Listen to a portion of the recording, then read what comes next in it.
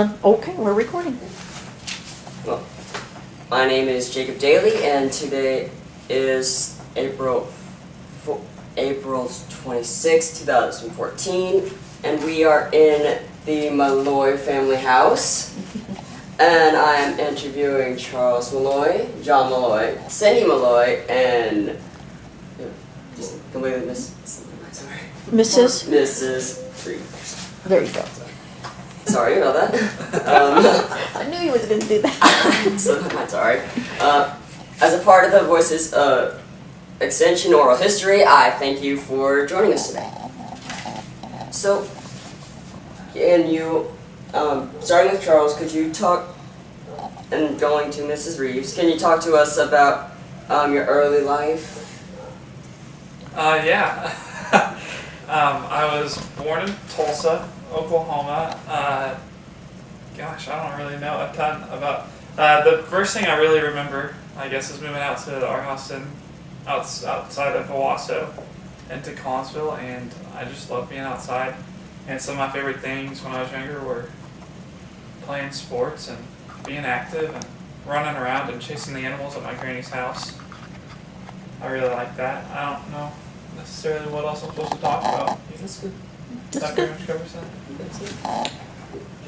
Raised in Webbers Falls, Oklahoma, small town, 350 people, K through 12 in the school, so very tiny, and got active in 4-H and other things at a very young age.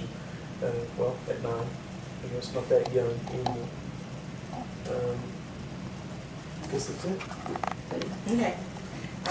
Cindy Maloy, and grew up in Guyman, although we did do a little bit of traveling as my dad was getting his master's and doctorate from K-State. We joined actually 4-H back in Kansas, and then transferred to Oklahoma when we moved when I was 9 years old.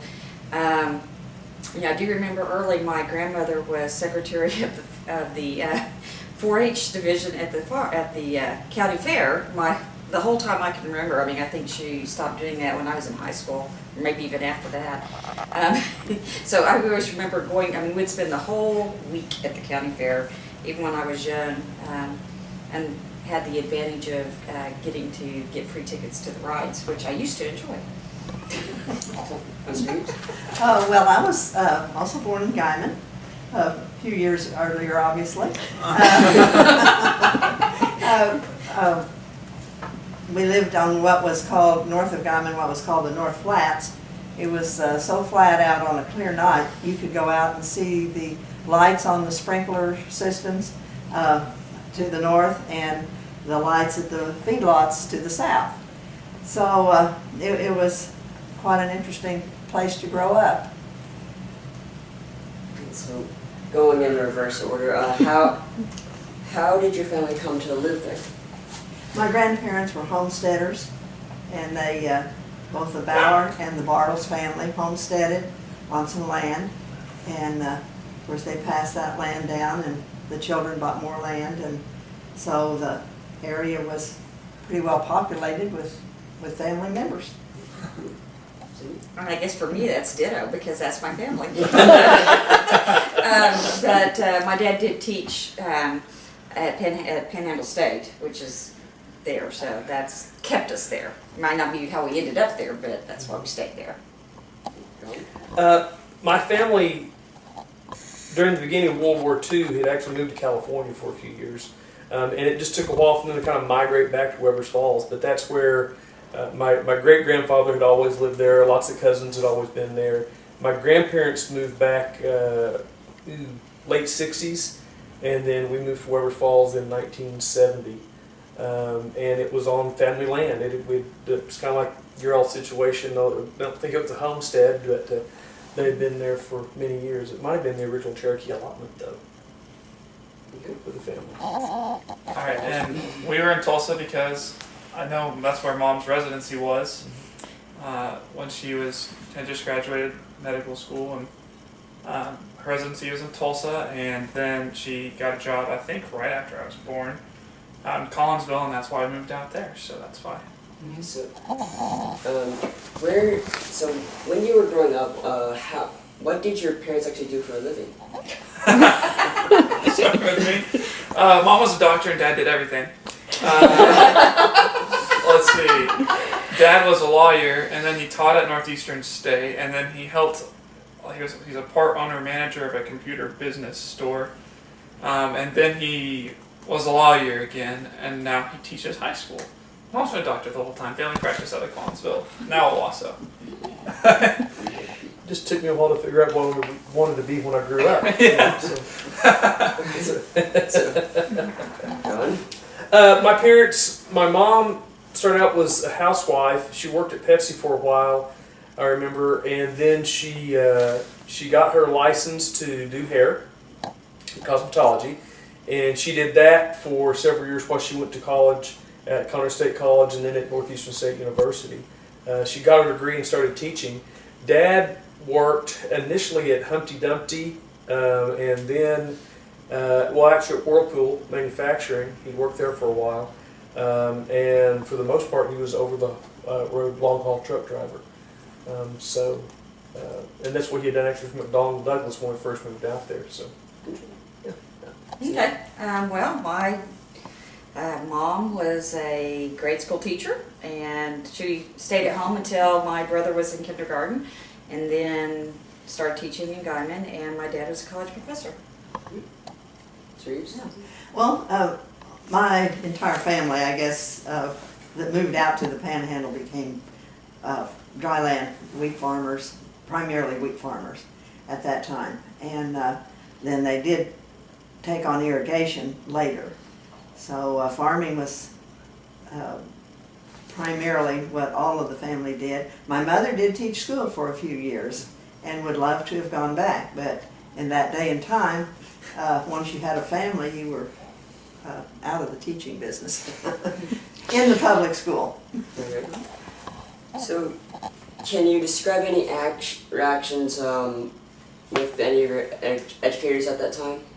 With any what? With any of your extension educators at the time? Oh, well, you know, going back to the very earliest times, I can remember the county agent and some of the extension people coming out at times like when there was a grasshopper infestation and they were trying to get a handle on it, and the county agents would go out to the different farms and talk to the farmers and try to educate them on what to do. And I know that happened with several different needs that the farmers had, and the agents would be there ready to help them. And that gave me a very positive attitude or thoughts about the extension program, because they did help, and they would help even get sprays and things for the farmers. Well, I think probably the extension educator, home economist at the time that was there the whole time I was there probably was most positive impact. Kay Tipton was there for all of us, and she just, I mean, she'd do whatever she needed to do. She'd get up, and from Guyman it was a long drive to Stillwater for things. I mean, she'd get up and drive us at 3 in the morning if we needed to.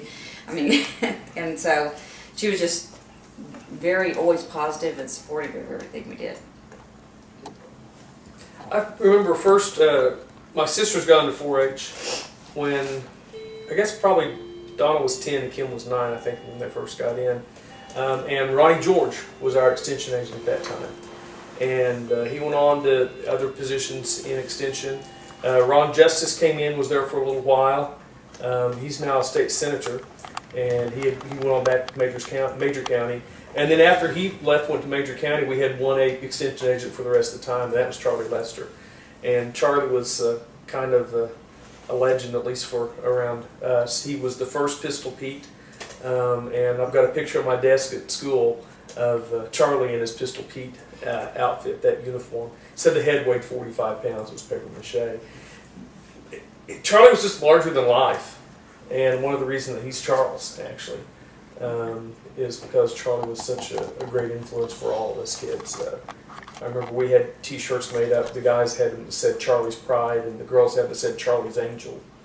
And we wore those all the place. And when we first put them on and was at a camp at Greenleaf, and Charlie, big bear of a man, and he got all choked up, and it was quite an event.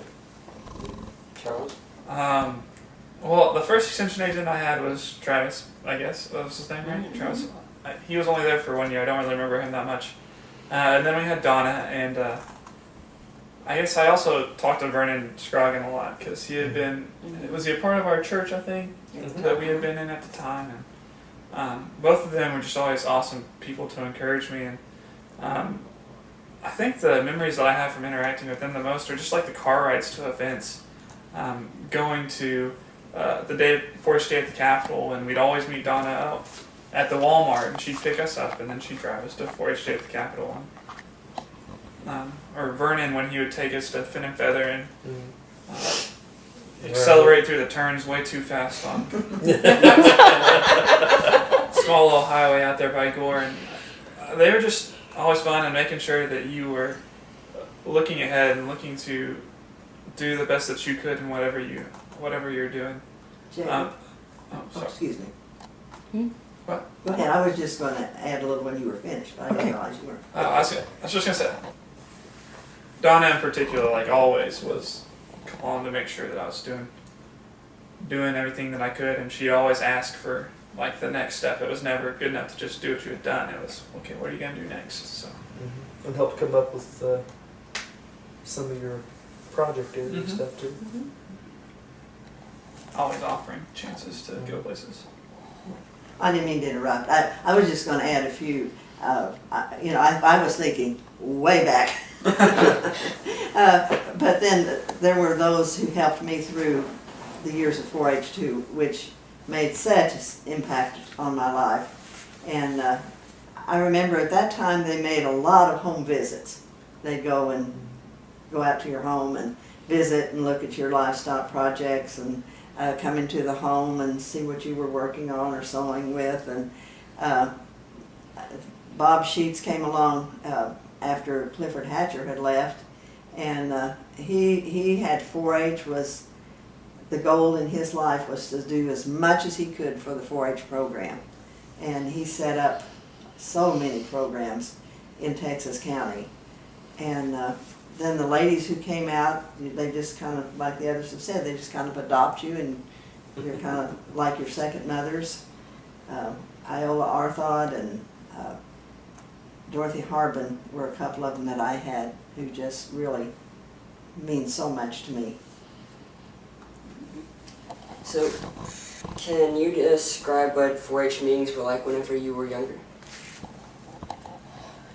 Wow. What a loaded question. How much food were you on your stick there? When you think about how life might have been different, you realize how much it meant to your life, because it did have a big impact on my life. And I do think the only reason that I went on to college and got a degree and things like that was because I had my 4-H background and the support and help of the 4-H people. Okay. So what was the actual question now? I kind of lost. Sorry. Describe the 4-H meetings whenever you were younger. Oh, okay. Well, since Mom had been in 4-H, it was just kind of and the family as a whole was active and stuff. It was, it just became what we did as a family. That's just, our life revolved around doing 4-H things. And even vacations and stuff like that. Yeah, vacations. Yeah, we'd have to do our vacations. And in fact, we probably didn't have as many vacations because we were all, when it took 2 days to get somewhere, for a 4-H event, that was our time. But I think it did help us spend a lot more time together as a family. And I will say, looking back, that a lot of my close friends still are people I met in 4-H. They're still people. Some people even closer than friends, right? Yeah. Yeah. We actually, what she's alluded to, we actually met in 4-H. First met at Roundup. She says she remembers that now, but I don't. I think she's just remembering I've said enough times that we met at the dance at Roundup. But we did go into Washington D.C. It was called Citizenship Short Course at that time, and there were a bunch of us 16-year-olds and had a great time in D.C. Still think back about a lot of those people that we knew back then. But before that was like with you all. I mean, 4-H camp was, my parents would take vacation to go to 4-H camp, and we'd spend that time. Matter of fact, talking about Charlie and Lester earlier, one of the early memories I had was that my first year to go to 4-H camp at 9 years old, my dad was one of the camp counselors there, and I couldn't sleep and sat up in bed. And this real gruff voice down the line said, "Lay down, go to sleep." And that was actually my first encounter with Charlie, I think. But anyway, it got better after that. I remember, and I was talking to Justin last night at the speech contest. He was giving his first speech at 11. And I said, I remember my first speech contest when I was 9 years old, and speaking against Steve Lynch, and who was, real, accomplished, I should say, in 4-H. Public speaking is probably the one area that 4-H helped me the most, I think, and just confidence in general. And now I teach, and so public speaking is what I do all day at work every day. I think some people might say it's what I would be doing anyway.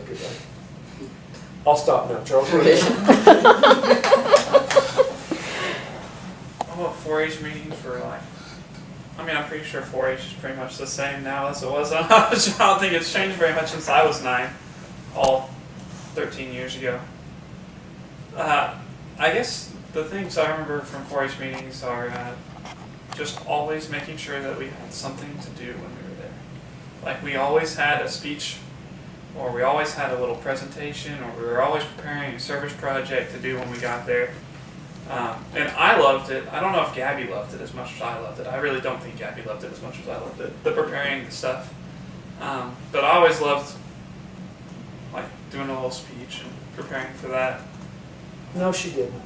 Yeah, no, Gabby. Not as much. Okay, stop.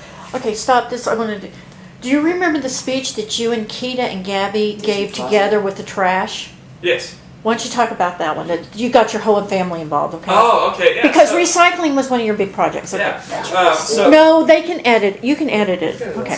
Recycling was one of my big projects, and one of the things that we like to do as siblings. I think Gabby was always the least willing participant in this. Gabby really liked doing stuff, but she liked doing what she wanted to do. But the first thing that we did together, I'll get to this recycling part. The first thing we did together was actually show the Fun Act, where Keita was a reporter and Gabby was a cop, and I was the big bad wolf. And they were talking through how I had gotten put in jail as the big bad wolf, and it was because I had obviously eaten the pigs. I committed murder 3 times is what the whole thing was about. Ate bacon. And in fact, my grandma on my dad's side still calls me Wolfie because of that. That's just a fun act. But so we had done that, and I think very shortly after that, I had started this recycling project, and really wanted to help awareness, I guess, of recycling. Owasso had just gotten a recycling plan, so there's a lot of stuff going on. And so I took Gabby and Keita, and we did a whole recycling talk. And I think essentially what it boiled down to was Keita was like Urbana White, and be like, so pick up plastic too, and Keita would pick up the milk carton and be like, what can they do with this and recycle? And so Gabby would then explain why you would recycle that and what the use of recycling that was. And so that was a lot of fun. I think Gabby had a lot of fun with that too. And Keita certainly did, because all she had to do was pick stuff up. She likes to share the fun too. Yeah, Keita loved to share the fun. So we loved everything that we could to get all of us involved. One of my favorite memories, sorry, this is on another tangent, one of my favorite memories from 4-H is it's probably the best show of fun act I think I ever did, and it was me and Gabby doing Who's on First. And Gabby, who's on first? No, she's not even in yet. That was Keita. Oh. Well, Keita knows. But that was a lot of fun, and I still think we kind of got ripped off. You went over. You went long. We went long. Oh, hey Gabby, who's on You never first? bothered to time it. Who's on first? What's on second? Yeah, okay, she knows. So that was a lot of fun. And I guess Keith and Gabby continued to do 4-H stuff together after I left. But Who's on First is probably my favorite thing that we do. Yeah. Okay. Okay. Brush your hair and Thank you go to my room. So, We'll come back to your questions, okay? okay. So is there any leaders or agents that you were actually, that helped you get involved even more in 4-H? I think Charles covered that one, didn't he? Yeah, I mean, Yeah. like I it's said, jumping in. Yeah, and well, I John covered that one. Yeah. I covered that one. We And had you some kind of others- covered that one, didn't you? Did you have any other agents At, that... well, at the district level, we had Yeah. Larry Sams, and his kids were in 4-H with us, and he was just, very driven, very goal-oriented, and he really helped us out a lot in that way. He got into poultry, I don't know if I say helped us get into a poultry project. That was not the most fun one anyway, but we learned a lot. And then also at the district level was Ed Henderson, and I was in 4-H with Henderson, or we were in 4-H with the Henderson kids.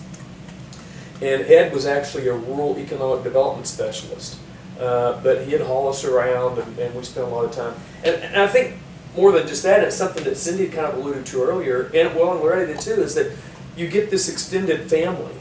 And there's Mama Lynch, Mama Osborne, and our mom was Mom Maloy to other people. And I remember some of the other 4-H kids, Jerry Henderson would come over and we'd be working on land judging or whatever at our house, and he'd just lay on the couch, and it was just like it was home. And I think that was one of the great things too, is just their families. And So there's one thing that I do want to add to this. When talking about like the family aspect and someone that like helped you kind of understand a little bit more about what 4-H is about. And Donna, I believe you were there when this happened, but Jerry's the one who did a lot of this.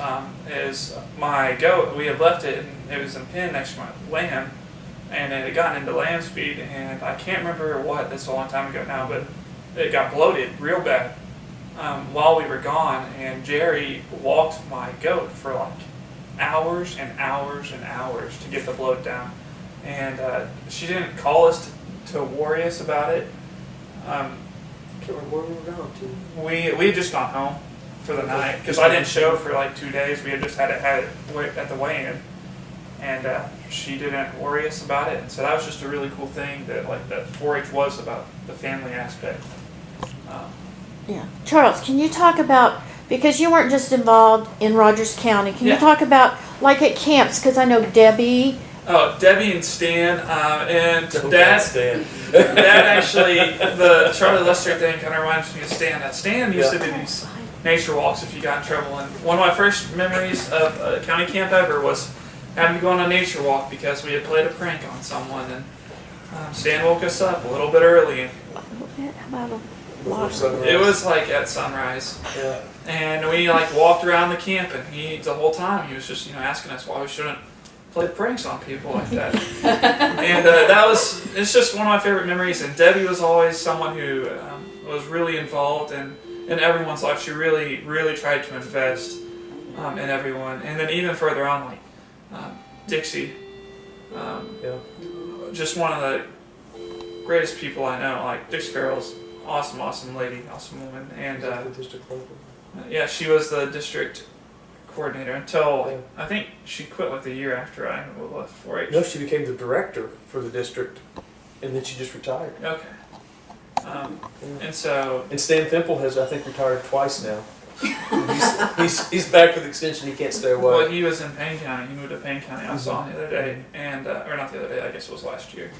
And another one who always helped me out a lot was Charles Cox. I worked with Carla connectedly every day, and she was awesome to push me. But Charles just like, I guess there's something about having the same name. We had a joke that we always said that, you know, wasn't the like nicest. It was "What's up, Chuck?" and you know, I said puke. And I honestly, I think I ended up half the time, like my freshman year when I was state forest president, I'd spend almost more time in Charles's office just talking and hanging out than I did working with Carla. I think Carla, if Carla sees this, will probably shake her head yes and say, yeah, that's why you forgot to do something. Might want to cut that part out. But they were both, they've all been awesome influences, and like just showing that they really do care about the youth, and that's what their passion is about, is the youth and helping them to kind of grow into the change that they want to happen. And they were always pushing for you realizing that you didn't have to wait till you were older to make a difference, that even the little things that you did as a 14-year-old, 15-year-old, heck 9-year-old can make a difference, because it's that chain reaction. And when you get enough people doing that type of stuff, then you're going to get a better result, I guess is what I was saying. It's kind of cool too, because Carla and her sister Karen were in 4-H at the same time Cindy and I were, so we've now known one another for a long time. I'll just leave it at that. 35 years? A Something long like that. time. Yes, leave it at that. They were in Cleveland County then? Were they still in Cleveland County? Yeah. That's where we were raised. So, and you know, and I know too, you know, I was a district officer for 2 years, and Pat Trotter, what's Pat's name now? But anyway, she was the Northwest district 4-H agent at the time, and yeah, she really pushed us to you know, to be involved and to do what we could do, and you know, it's amazing what difference they can make. And I know Mom, I mean, you kept in touch with your agents for ever at the state office. So, And, you know, in some organizations and groups, if they wanted to punish their employees, they sent them out to the panhandle. That was a pretty ongoing joke, you know. Some things never change. Yeah, and going out there. And I don't know how they got, with that attitude, got such good agents out in the panhandle. Because Texas County, which was Guyman, and Cimarron and Beaver County all did things together. We had camp together. You know, and there's certain things in the middle we do with Cimarron County and certain things with Beaver County. And talk about extended family, you really get the best of all the worlds. And, you know, I know Pete Williams, a later state 4-H agent, was the Cimarron County agent for years. Bill Strom, Mary Lou Sadler was out there. You know, it just was an extended plus, and we got the best. Oops, I guess we're from they're from different. They seem to think they got the best, so we're all winners. Okay, so okay, Gabby's ready now to join us. Can What do you Gabby want come her? in like over there? Come on, Gabby. Gabby, we can put you right over here. you know, it could. Everywhere. Right there. Right there. And the first few questions we ask, we'll come back and ask you later, okay? And we can always put it back and forth And in. you're still recording, aren't you? Well, we are, but it's okay. We have time, okay? If not, I'll have to go buy another Sims card. It's no big deal. Okay. Okay, now you need to introduce. We'll have to redo the beginning because you'll have to have Gabby on there, okay? Yeah. Okay. Do you want to ask Gabby that question, then we'll go back and ask her the others later? Okay, so What question were you even on? Those are the leaders and agents that were involved. oh, can you talk to us about some of the leaders and agents that you were involved with? Like on a county level or like Just County and maybe All. just all around. it's a lot of people. Well,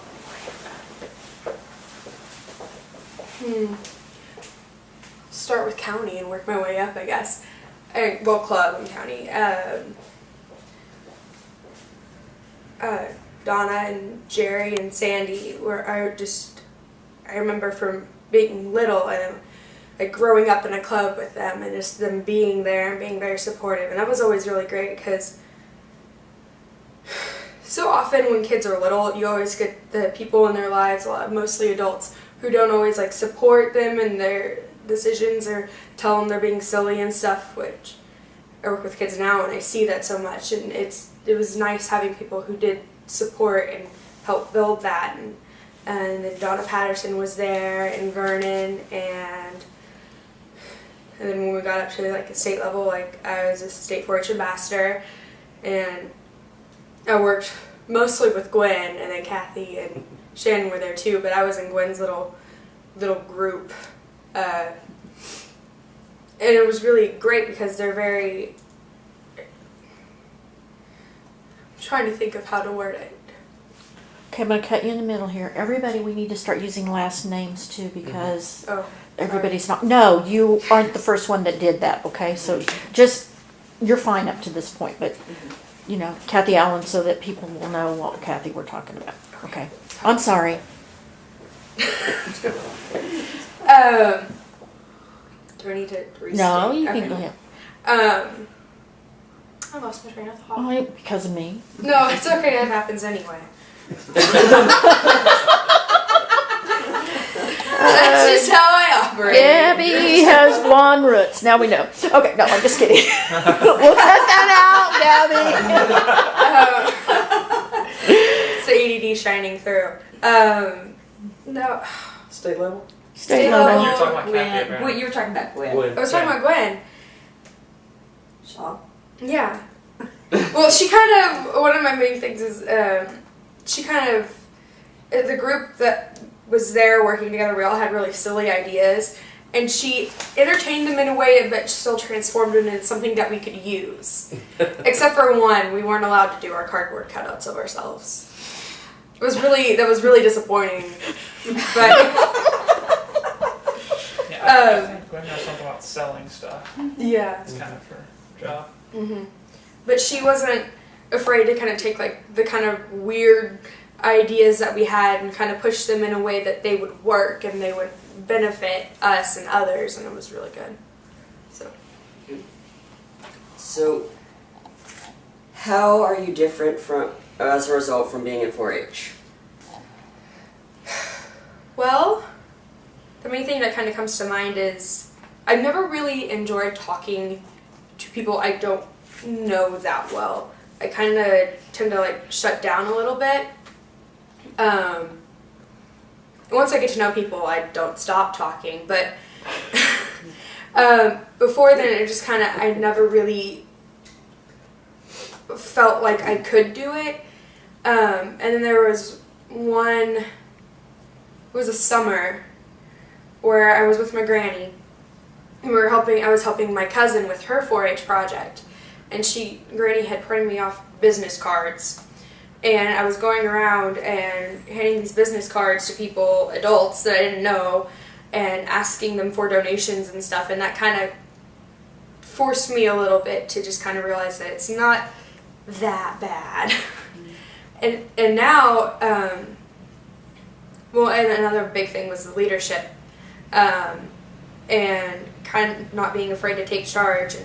I work with about 17 5 to 7-year-olds every day now, and you can't be afraid to just kind of take charge of the entire situation. And it's not just them, but I'm kind of a little bit over a few other workers that I work with, and some of them are older than me, but it's still kind of like I have that leadership position because I kind of, through 4-H, learned all these different things I need to do and kind of gradually established myself as this kind of person that they could,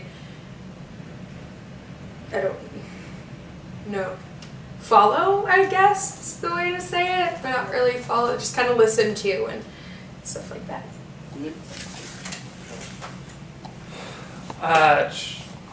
I can't pick one thing. Like, there's a lot of things that 4-H has done that's kind of made me to the person I am today. I think one of the main things that just springs to mind is focusing on other people. just naturally, most people are kind of selfish, and 4-H really does make you like realize that if you're going to focus on yourself, you're probably not going to get much done. And it really pushes you to be service oriented, to always like look for that opportunity to help someone. And it also helps you to realize that helping someone isn't doing it for them, and that helping someone sometimes means letting them fail, and that helping someone sometimes means giving them the opportunity to go out on their own and do it by themselves. So I think that there are it's a lot of opportunities to kind of come into who you are and to really grow into a person. I think another thing that 4-H really taught me, especially my freshman year of college, when I was serving as state 4-H president, was that when you get into real world situations, you can't just like fly by the seat of your pants. You can't just do stuff when you feel like doing stuff. I never really had to be that organized in high school, just because I don't know, the classes were easy and I could stay busy and not really worry about school, and I just did whatever I wanted to. I could go to the 4-H meetings when I needed to go to them. I never had to worry about that. And then I got to college and I was like, well, crap, now I actually have to study, and now I actually have because for whatever reason, you're in class so much less in college, but you do school a lot more than you do school in high school. And so that really kind of hit me as a shock. And I got state 4-H president, and I knew that it was going to be a lot, but you never really know what you're getting yourself into until you're in that situation. And it was a lot. And so going to the office every day and going and talking, and I remember Carla one day just sat me down and said, Charles, you got to get a schedule. You got to write stuff down because you're going to forget stuff. And that was probably because I had just forgotten to go into the office the day before that. And so we got a schedule and we went through and I wrote everything down. And to this day, in fact, I've become almost really kind of like OCD about it. I have a schedule and I write legitimately pretty much everything that I want to get down. And if someone asks me why I didn't do something, then the answer is always obvious to me. It's because I didn't put it on my schedule. So it's I tell it every day I have a little section okay, I'm going to be in developmental psychology from 10:30 to noon, and then I'm going to eat lunch, and then I'm going to study, and then I'm going to go from 3:30 to 5 to biochem, I don't know, whatever class I'm taking. And that also kind of helps out with social stuff because I can block off my own personal time. I mean, maybe it's a little bit excessive sometimes, but it really did help me to become... Call your mom. I actually have to put that. So it helped me to put things in perspective and really get the schedule. And sorry, I know I'm going on and on. But it sounds silly, but Come by honest. It's a lot of thanks, Dad. A lot of the just everyday social interactions that 4-H kind of teaches you to have. Gabby talked about talking to adults, but I think one of the biggest things that 4-H does for you is it puts you in those camps. And different than Boy Scouts or Girl Scouts or anything else, it's a mixed gender thing. And so you have to learn how to interact with people. And they have 4-H dances and all sorts of stuff. So 4-H legitimately forces you to interact with people. You don't have the choice. And that's awesome because you really learn more about yourself and learn more about who you are in those interactions and through those interactions. And it sure as heck helps when you're in college and you can talk to people that you don't know. So I think 4-H has helped a lot with that too. Sorry. I'm sorry, no, that's fine. I think that the other thing that they have to thank 4-H for is their existence. So they didn't go quite far enough back. Steve I met in 4-H. She was from Guyman. I was from Weber's Falls. That's about 400 miles. I think some people don't think you can go 400 miles and still be in Oklahoma. Some people from the Panhandle. Yeah, exactly.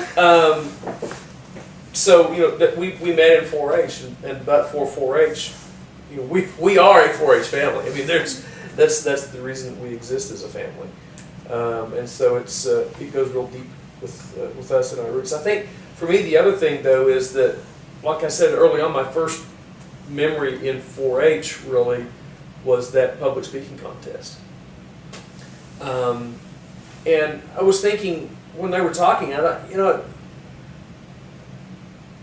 people talk about the fear of public speaking and about how people are so afraid of that. And I heard a speaker the other day say that everybody's afraid to get up and speak in public, and you never get over that. And I thought, I'm not. It's just natural for me now. And I know that wouldn't be the case if it hadn't been for 4-H, if it hadn't been for getting started in that early. And it does come down to an issue of confidence. You have enough confidence to get up and speak. You go through it enough times, you get enough practice to get up and speak. And what, Charles? Just, sorry, you're talking about, I was thinking about Grandma joking and telling me to sing to open up a speech, and then I did. Twice, actually. I did it for my campaign speech for it. But that was, sorry, I was just thinking about something. No, it's good. So, I think that for me, the confidence that comes from public speaking, it comes through all different interactions with 4-H, like the kids were both talking about too. But I think when you're forced, I guess I kind of was forced. Early on, anyway, into the public speaking role, at that age, that you really do gain a lot you wouldn't otherwise ever get. Yeah, and I guess, on the public speaking, I know in our family that was always such a big deal that Mom and Dad still sponsor an award in Texas County for public speaking, because we always felt that was very important. And I remember my first speech.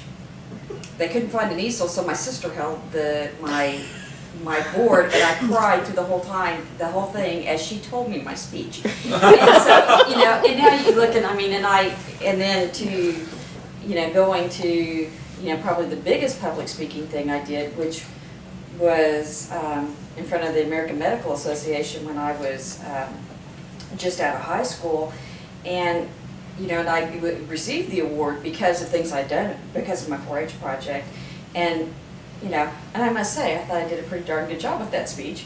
And but it's just, those are things that I still carry with me today. And and I think the other thing that I see that's in a little bit different realm is that 4-H really emphasizes, and it makes a big difference, is the community service. And in our family growing up, it wasn't just 4-H, it was church, and my dad was in Lions, and community service was just what we did. And I think I hope we've instilled that in our children, that let's all look at them, that we do have skills and do we have things that we can give back into the community, and we are blessed, and I think 4-H teaches us how to do that and gives us avenues to do that. And it's funny you mentioned that, because last time we went back from the speech contest, Keita was talking about that very thing, and about service and helping others, and she had actually used that in her extemporaneous speech last night. Mm-hmm. and so she's telling me about all that stuff. Mm-hmm. And it's not just the big things you do; it's the little things, like if you go to something, like if you go to a 4-H event and it's time to clean up, everybody cleans up. It's just expected. Everybody just cleans up. But you go to other things and it's time to clean up, and who's cleaning up? People who are in service organizations, the 4-H people. Even it might be somewhere else, but those, it teaches you to just pitch in and do what needs to be done. So. And I think, Gabby, once, didn't you go to Texas County? You actually presented that award once. Yeah. Right? Yes. Yes. Yes, she did. Yes, I did. So. Yeah, well, so you can tell public speaking has been a big in our family. And I have my own little story to tell. Because when I was 10 years old, I guess, second year of 4-H, and I had this talk and I wasn't going to give it, and my mother assured me I was going to give it. And I went running to the bathroom before it was my time to to give my talk, and she came in there. And my mother was a finger pointer. And if she pointed her finger at you, you better listen. And she said, you are going in there and you are going to give that talk. So I stood up there and it was, are you going to be an all-around 4-H girl in 1949? And she just read the first part to me, and I repeated after her. And pretty soon I got tired and just finished it off because I knew it. That wasn't the problem. But, I often wonder if she had not made me get up there and give that talk, if I would still be cowering in a corner somewhere, afraid to get out and do that. Of course, my mother knew me and she knew what I needed, so that took care of that situation. So, sorry, just went blank. You just described that public speaking was the one that stood out the most, so... Ask Cindy what project stood out the most. So which project stood out the most in your entire involvement? Well, I mean, my main area was safety, and actually probably in today's thing would probably be more health oriented than just safety oriented. I did a lot of first aid workshops, and my big project when I was in was something before the digital age called the Vials of Life, where you had vials, because at that time most medicines had to be kept in the refrigerator, and so what would happen is if someone was found down, the paramedics, when they'd come to the house, would look in the refrigerator and grab their medicines, and that's what they do. So the project came about partly because I was actually working at the local hospital and knew this stuff.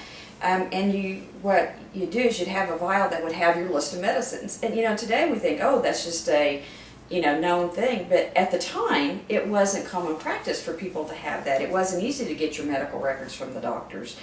And then you had a little sticker you could put on your door so that if someone had to come into your house. And we passed those out countywide, and that was it was a pretty big project. And the paramedics in the surrounding areas and the guys in the surrounding areas all knew that we had the little sticker. All they had to do was go to the refrigerator, pull the vial, and have their list of medicines and their medical conditions and things.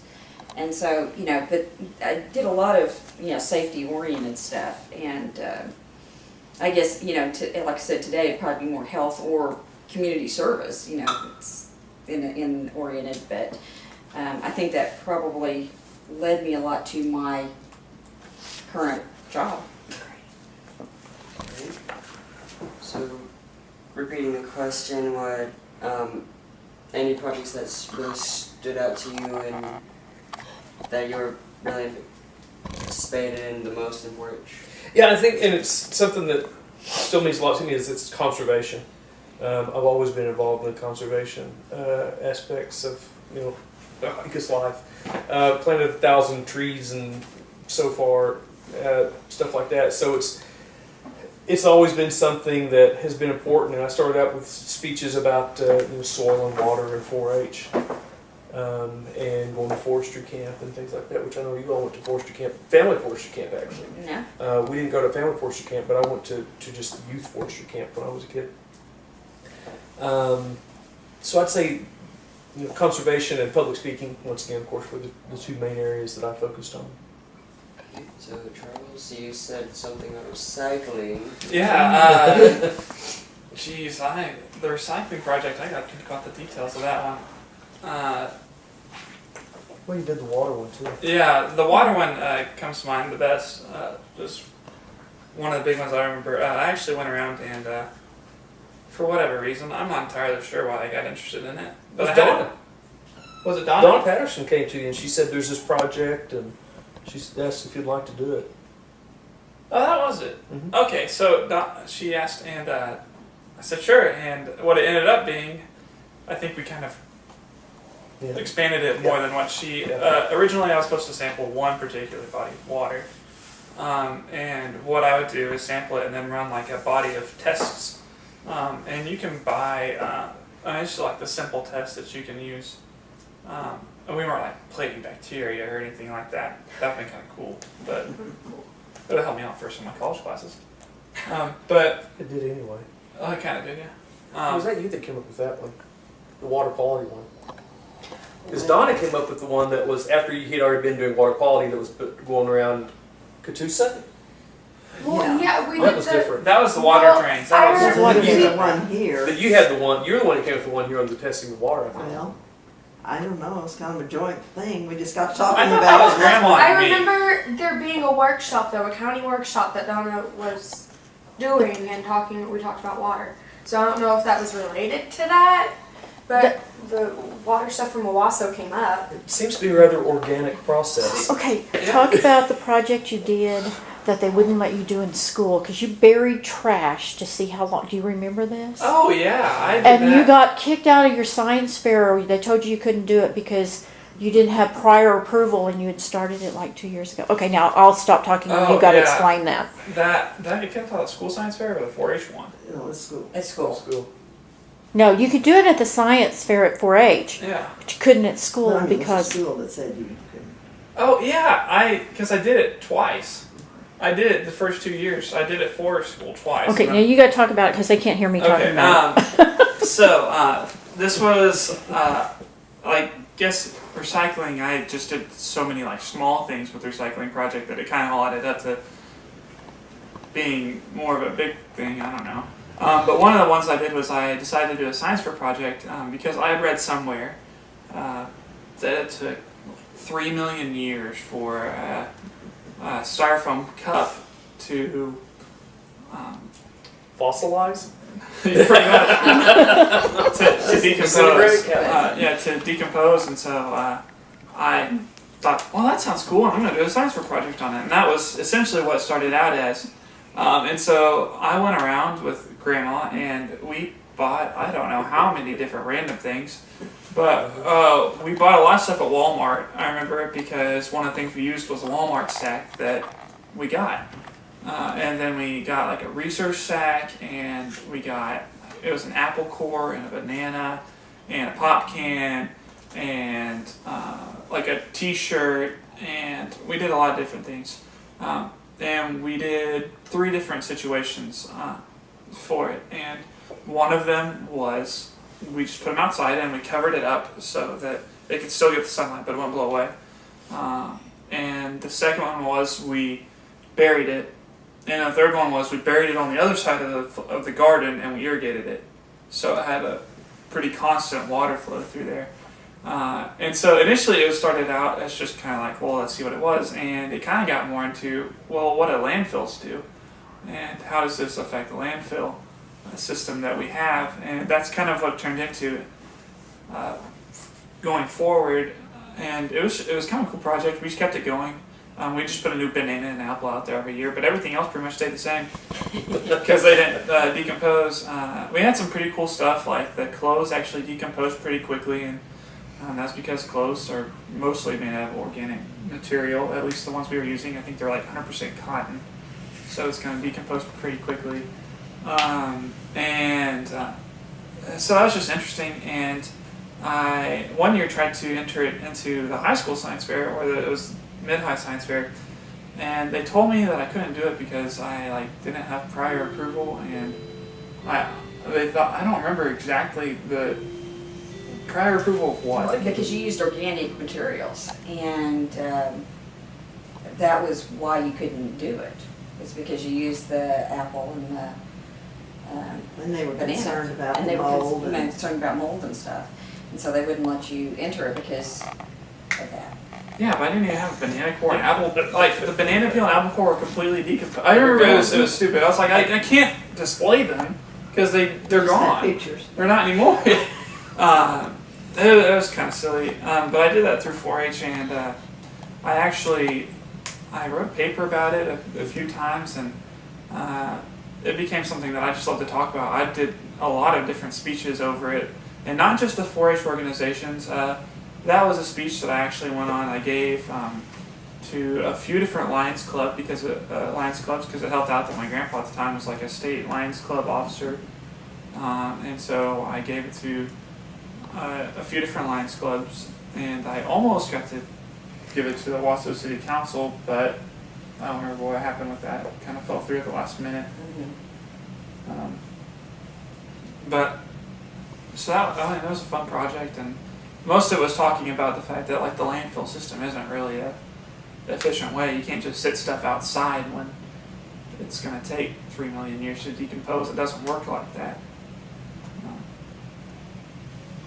So Gabby, the project that you're mostly involved with that affected your life? I did citizenship stuff. A lot of different little ones. And then I did one with Meals on Wheels, and they were called blizzard bags. And basically, when the weather gets bad enough, Meals on Wheels can't deliver the food because it's too dangerous, and there's a lot of stuff like risk and stuff. So we made, it was my grandma's idea, kind of, I guess. And we put these bags together, non-perishable food items, and then just put them in a bag, and we made these little cute little snowman paperclip thingamabobs, and gave them to Meals on Wheels, and actually went with them one time when they went to go deliver food, and that was really cool. Talk about your backpacks. Okay. What are they called? Backpacks for kids. Backpacks I know, for but what kids. are they called now? Hero packs. Hero packs. Well, my cousin Whitney kind of started the Started in the state. started in the state the backpacks for kids. It's Hero Packs now. The state's kind of in charge of that now. But she started it, and that was the project that I had to go around and go give the business cards to people and ask donations for. And I kind of didn't necessarily completely take it over. I just kind of You followed through with it after she had I followed through. graduated. We had a whole bunch of backpacks up in our attic forever. A little Well, while. that was because the state took over.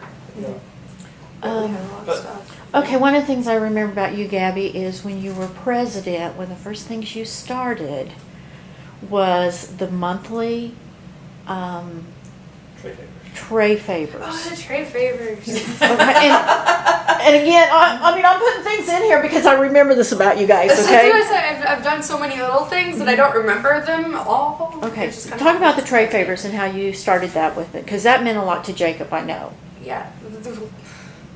Kind of. Trade Sorry, favors. my brain just kind of went. You got it. You got it. It's all good. It's all good. I'll cut it out. Sorry. We can edit this thing, don't worry. Yes, Can I pull edit. a chair from the... Yeah. Oh, yes, we can move it all bit too. How is she still asleep? Trade favors. Trade favors. Tray favors. Well, how did we get started on? I don't remember. You went to the nursing home and you, Yeah, you had done some for the nursing home when we started it. and so I think That's you had right. like made one or two like just while you were there or something, right? Was it something like No, that? y'all did it one day when you were snowing in. You also, I had you Oh. you had made favors for the nursing home, and then you just started doing that more and more, and then took it to the club. Okay. So you can say that. Talk about some of the tray favors you've done. Well, I remember we did the Snowflakes. snowflakes, and we did we end up doing those little patriotic hats? Yeah. We colored styrofoam cups, and then we put them in the oven and made them. And they kind of made these little hats, and it was for the 4th of July, and they were super cute. And I know we did potato stamps once we made potato stamps and made them little 4-leaf clover, and had everyone stamp one corner of a napkin, and that's what we did for March. We've done a lot. Shakers once. Huh? Shakers. Shakers. Didn't you make little things? That was a trip everything, wasn't it? I don't Maybe it think wasn't. so. Maybe it was something else. Sorry. We've done like little like flower things with pipe cleaners and Butterflies. we've done butterflies, turkeys. turkeys. There's a whole bunch of different we did turkey too.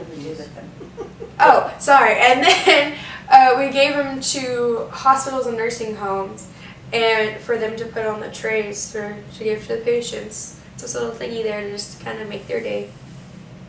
And then from that, you also worked then at the hospital, or volunteered at the hospital Yeah, for a year and a half? It was through the school year. I volunteered at the Owasso Hospital. It wasn't through 4-H, but I did put it down for 4-H stuff. Because I was there, but I volunteered. It was it Tuesday or Thursday? It was either a Tuesday or a Thursday from 4 to 8 every day, and I got one free meal. It was really cool. You worked at the gift shop. And I worked at the gift shop at the cash register, and it was really cool because you got to see all the. My favorites were the new parents and the new grandparents when they came in and were like buying stuff for the babies. It was so cute. Okay, so is public speaking your best? Was that your favorite project, or was there a project you liked more? Public speaking, I would say, had to be one of the top ones. Leadership, I worked with a lot of small groups doing different things. So, I'm sorry, Jake. yes. Can you describe any 4-H trips that you've been on? Well, I went on. Let's see. I went to Kansas City. I went to Atlanta, and I Wait went a minute, back up. DC. People do not know what Kansas City is, so tell them what Kansas City. Kansas City Global conference. Kansas City Global Conference, and then there's a Washington D.C. trip, which is Citizenship Washington. Citizenship Washington Focus. yes, Citizenship Washington Focus, and then the Atlanta is National Congress. And I made some of my closest friends through 4-H on the Kansas City trip, and it was just, they were all just so much fun. It's kind of crazy because you kind of, when we started out, there's just like this group of us that all kind of knew who each other were, and because like we knew the same people, but we didn't know each other necessarily. And then Charles was, by then, like most of the people already knew who Charles was, and so they kind of like, oh hey, you're that one girl, you're his sister. So that's how they kind of figured out who I was. And, but it was by the end of the trip, we were all just kind of like sitting in the same like row and talking to each other on the ride and stuff. And then we ended up going on a lot of the same trips with each other too, and that was a lot of fun. But it's really cool because on trips like that, you get to meet people from the other states and learn how their states do stuff, and it's different because every state approaches everything so different. But it was really, really cool. And on the DC trip, I met this girl from Wisconsin, and we still like talk to each other on Facebook sometimes. And her name was Jackie, and she was really, really cool. And it was just, we met in one of the workshops, and it's really cool that through 4-H you have these opportunities to meet these people you wouldn't meet otherwise, and it was a lot of fun. Okay, I went on, I think, every trip that you can go on except for conference, and they were all fun. Denver National, or the Western Roundup, it was a lot of fun. Just going to the rodeo was cool. And Oklahoma, we were like a strange state for that conference because we actually send a delegation. And other states don't send delegations. Other states send participants because they're taking part in the livestock show there. So we got to see the rodeo and the livestock show. It was cool. That was cool. It's probably my least favorite trip. Kansas City Global Conference made one of the better friends that I ended up making through 4-H on that trip. His name was Curly. And I still see him at Oklahoma State campus all the time. I talk to him quite a bit. Does he have a real name? I honestly I just don't even remember. I don't even know his real name. He's in my phone as Curly. Sorry. Trying to help out. Like, he's in my phone as Curly. I've always known him as Curly. I think he told me his real name once, but everyone always called him Curly. It's like his high school. He was from Walika, down in Fusky County. And but he was a really cool guy. And then Citizenship Washington focus trip was a blast. I think the opportunities that you get at that trip are probably the best out of any trip that there is. It's a trip where you get to go like explore the country's history for one thing, taking the bus ride up there. One of the coolest things that you get to do is go through the battlefield and Gettysburg, right? And we went through Gettysburg, and it's a little haunting experience to go through there and just see those battlefields and think about how much history took place in that one little area. And I remember when I went through there, it was like a year after I had done Ragged Old Flag for Share the Fun, which is a speech by Johnny Cash that's on the first American album. And it's just, that always kind of like hit home when I thought about it. Before. I did that too. Yeah. For Share the Fun. You did that. That's why I did it. Yeah. And I just, for some reason, like, it just hit me. Like, I thought about it and was like, man, like, this is kind of like it's a piece of America. It's what America's about. And I like the first thing that went to my mind was I walked through County Courthouse Square, and on a park bench an old man was sitting there. So maybe I don't want to recite the whole thing. I probably still could. That trip was awesome. Going through and seeing all the national monuments and getting to take part in like your own little committee and plan something for the trip. I chose the recreation committee, and we did flag football and kickball, and that was fun because we were like the chill committee group. And then also Congress was a lot of fun. Going to Atlanta and flying there is a different experience. That's an experience you don't get with other 4-H trips. And geez, I can't even imagine one. Like, you go through all the little workshops, but the best part about Congress, I always felt like, was meeting the people from all the other states. Because there's a lot more people at Congress than any of the other trips, because it's the National Congress. And CWF, you're there with 5 or 6 other states, and Kansas City, it's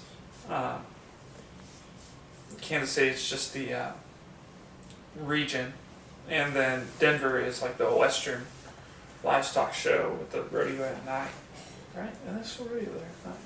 I remember the rodeo. I don't think I got to see it. Maybe I just saw the cowboys walking. I don't know. Maybe you can cut that part out. But like I said, Congress, you get to meet all the different people, and it's always fun as an Oklahoman, as an Okie, to get to sing the state song and be obnoxious because no one else has a state song like we do. Mm-hmm. And Oklahoma may not always be the largest delegation, but by gosh, we'll always be the loudest. Mm-hmm. Yeah. Trips for me, I didn't go on as many trips. Of course, when we were going through 4-H, some of these trips weren't even available. We didn't go to Denver. We didn't go to Atlanta. It was Chicago, which you went. But I'll let you talk about that one. So I didn't get to go on the Chicago trip. My oldest sister Kim did, or not oldest sister. My older sister Kim went to go to Chicago. I went to Kansas City, and I went to Washington D.C. Kansas City was fun. I remember aspects about Kansas City, but Washington D.C. was really the big trip for me. And then I was fortunate enough to be able to go back last year as one of the adult, not sponsors, but chaperones. And that was a lot of fun as well. I love Washington, D.C. It's a great place to visit. I wouldn't want to live there, as the saying goes. But I really love going through and seeing all the history and stuff. And it's just, it's amazing. Plus the fact, I think, that you make the friends more in D.C. than you do on other trips because you're 1,400 miles on a bus, all the way up there and then all the way back. And so you get to know one another real well. And anyway, it's fun though. It's a blast. Well, the first trip that I went on was to Kansas City, and I remember that because I actually went with my sister, and she was actually a little aggravated about it because she was a year older, and we both got to go on the same trip, and she didn't think that was fair. But on that trip, I actually, the very first person I sat by on the bus was someone that we ended up being with most of the rest of my 4-H career, which was a good friend of mine, Marla Johnson Barnes now, and we actually ended up being roommates in college. And then of course, DC, John and I met, so that was a big deal. And Congress was probably, I think, the highlight of the trips. I mean, it was in Chicago at the time I went. I was kind of laughing that they were talking about singing the songs, but because I don't know when I went, and I know it was that way around that time period, they had a lot of big banquets, and at the banquets they always had this little mini orchestra thing that played show tunes. I mean, that's just what they did. Well, at the time, one of the show tunes they played every single banquet was Oklahoma, and at every time they played it, the whole Oklahoma group would stand up and sing. And I mean, by the end of Congress, the others they'd hear that start to sing, and they'd go, no, no. I don't know if it's because we were bad singers or what, but or we were just being obnoxious about it. But we were proud to be from Oklahoma. I mean, we always had the scarves that they still give out. You wore them the whole time you were there, so it was easy to pick us out. That trip was probably one of the highlights of my trips, I would say. Well, probably the most memorable trip that I made was to Washington Congress. That's what they called it then. 2 boys and 2 girls went. Is that still a Congress? That's conference. Conference trip now. Maybe it was conference. But anyway, that certainly is a very, very nice trip. And it was made a little more special because that was during the time when you had 2 boys, 2 girls, none of this, mixing it up. And there was a big deal made because one of the boys that went was also from Texas County. And that was kind of unheard of to have 2 from one county going on this trip that was kind of supposed to be an important trip. But anyway, it certainly lived up to its what had been told about it. Probably the most fun trip, though, I would have to say, was Congress. We went to Chicago. We went on the train, and I still have a picture getting on the train. We had to wear our hat, wore our heels. We were all dressed up to get on the train. One of the things that we did when we crossed the Mississippi was we had to raise our feet up, and I'm not just sure why, so we wouldn't get married or something. Or maybe, maybe it was so that we would get married and whatever, But anyway, I went on the Santa Fe, as a Santa Fe winner. Don't know that they have that anymore. But Santa Fe was for all around 4-H work, and also community work. It was sort of a catch-all kind of thing, I think. But anyway, such a nice trip, and I remember having a banquet, and it started to snow, and all the southern kids just jumped up right in the middle of the program and had to go to the window and watch it snow. That's probably some of the southern people wouldn't do that today. They've seen a lot of snow, but it was new to this group. Then my husband and I did chaperone a trip to Washington, D.C. during the Centennial, and so I got to see the other side of it, got to ride the bus. Otherwise, we always went either by train. Well, always went by train to these places at that time. Jake, why don't you talk about some of the special awards that these people have received? Because I know that every member, you might say something about every member here is a member of the Oklahoma Key Club. And it started. Are you a member of the Key Club? See, I don't remember. I know Donna. I can't imagine you not being a member of the Oklahoma Key Club. Okay, let's start over here and ask her about Oklahoma Key Club. Can you tell us anything, the history of it? Can you just tell us some history about the Oklahoma Key Club? Well, I'm proud to say I was a member of the first group that was selected in '57 or '56. I don't know which year they call their maiden year. It was started by the 4-H leader at that time, Ira J. Holler.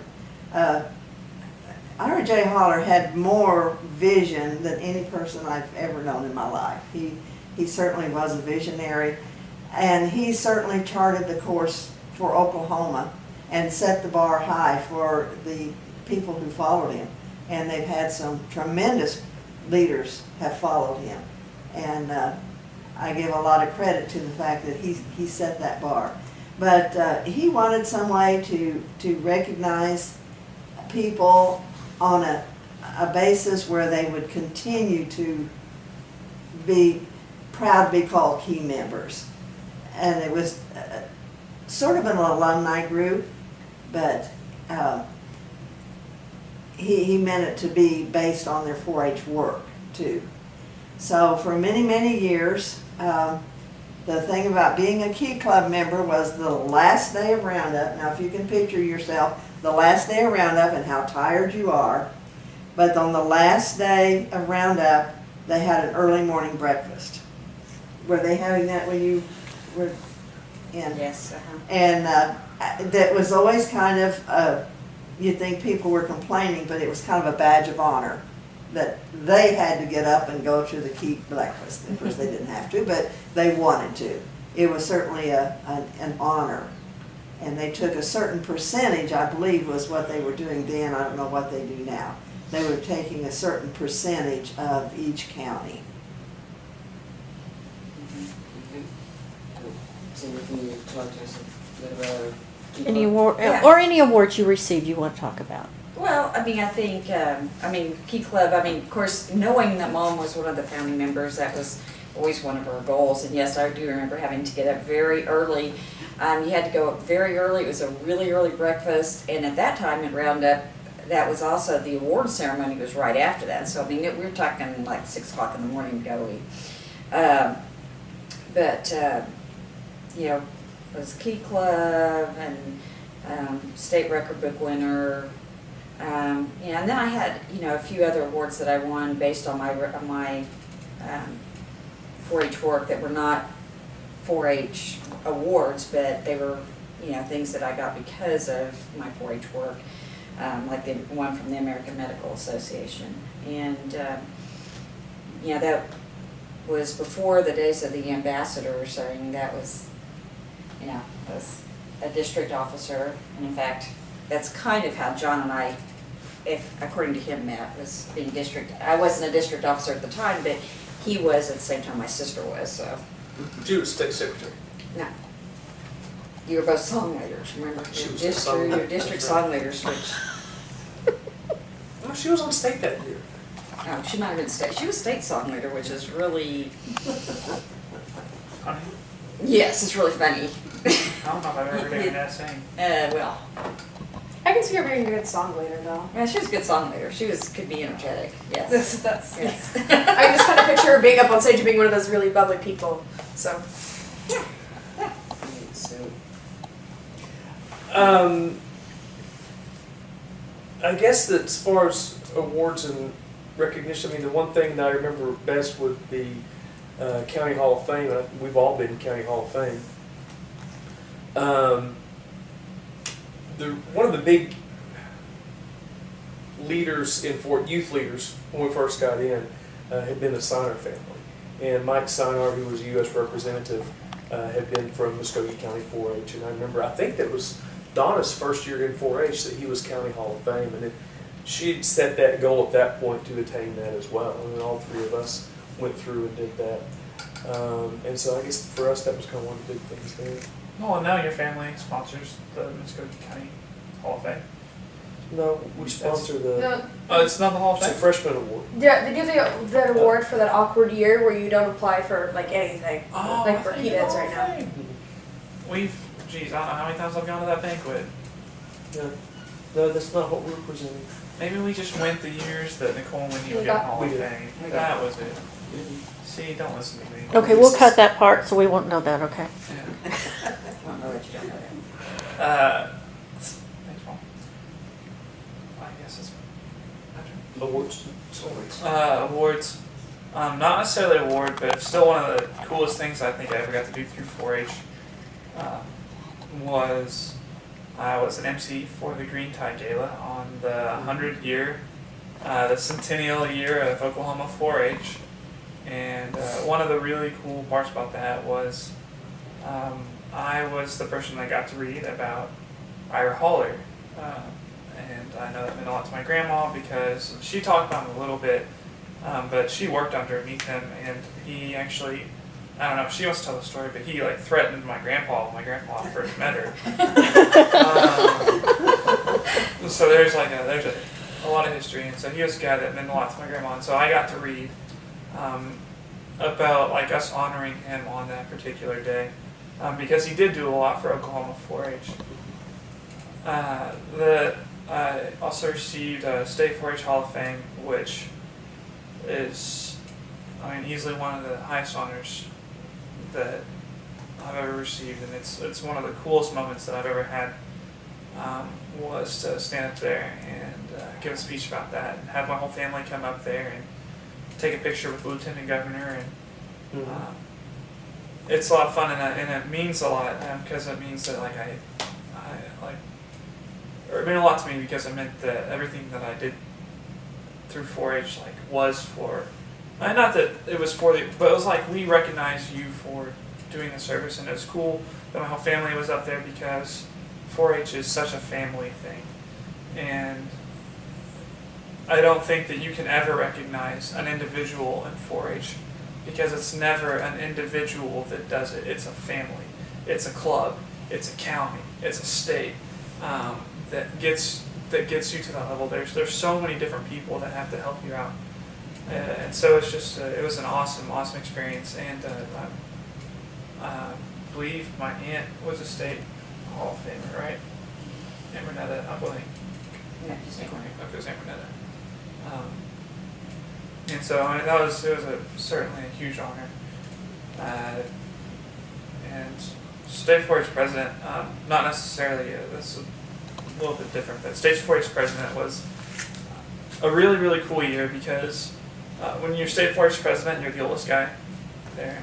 You're the only college student, at least I was, because they just transitioned. So I was the only college student as an officer, and you're in a really good role to serve.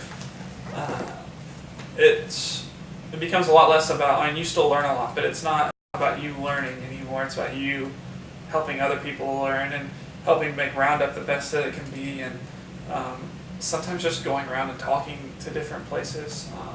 Like I got to present the Hall of Fame for 2 or 3 different counties, and that was a really cool thing to get to do, and just to kind of go out there and hopefully make an impact in the lives of kids. Like so many people made an impact in my life when I was younger.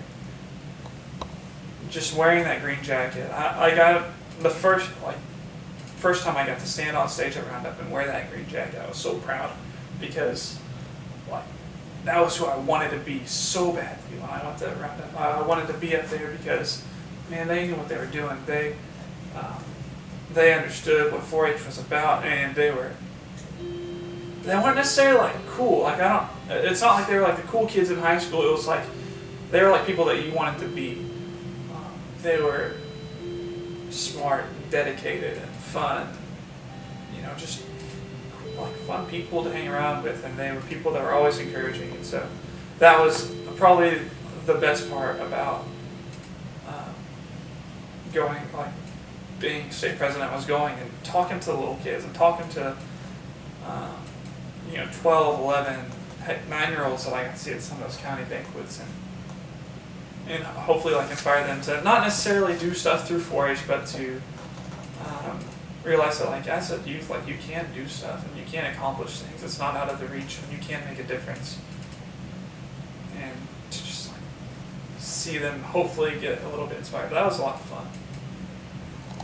So, Gabby, any special words? Well, I am a Key Club member, and then I won County Hall of Fame, which was a big deal for me. You were an ambassador. Oh yeah, and I was an ambassador, which it was definitely one of the most fun things that I've done ever, really. And it sounds kind of weird because okay, let me rephrase.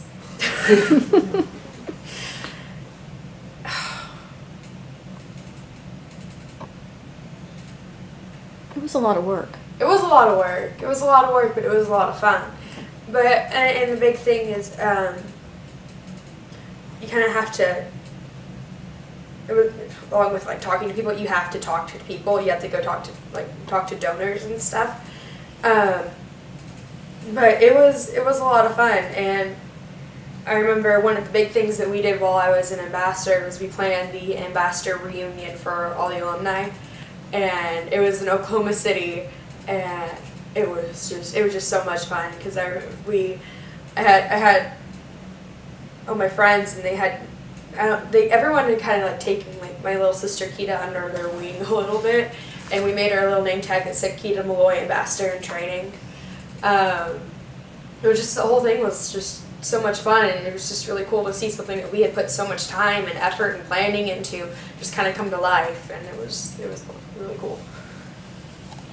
So I want to thank everybody. okay, so is there anything that we have not talked about that you want to add? I've got, I guess one thing for me, the last now 4 years, been a member of the volunteer council, state volunteer council, and that's really been interesting too, seeing a different aspect and understanding more deeply about what 4-H is and does, and about the volunteer aspect of the organization itself. And Cindy, well, I think everybody mentioned service, and that's what the volunteers are doing as well. So as you're an adult volunteer helping out in 4-H, you're just fulfilling that role of service. This year, I'm fortunate enough to be the president for the state council, and I'll be going off the council this year. It's been a lot of fun. And you get to work with the state staff, especially Carla Knopfley, and you get to know just them in a different way as well. And for Carla, it's been kind of cool because, like I mentioned, we've known the family for decades, and so it's been really interesting and fun as well. So thank you for your time here. So Okay, that's a wrap. Okay, now you have to come turn this thing off. Thank you all so much. We did not know how this will. Oh, you gotta do.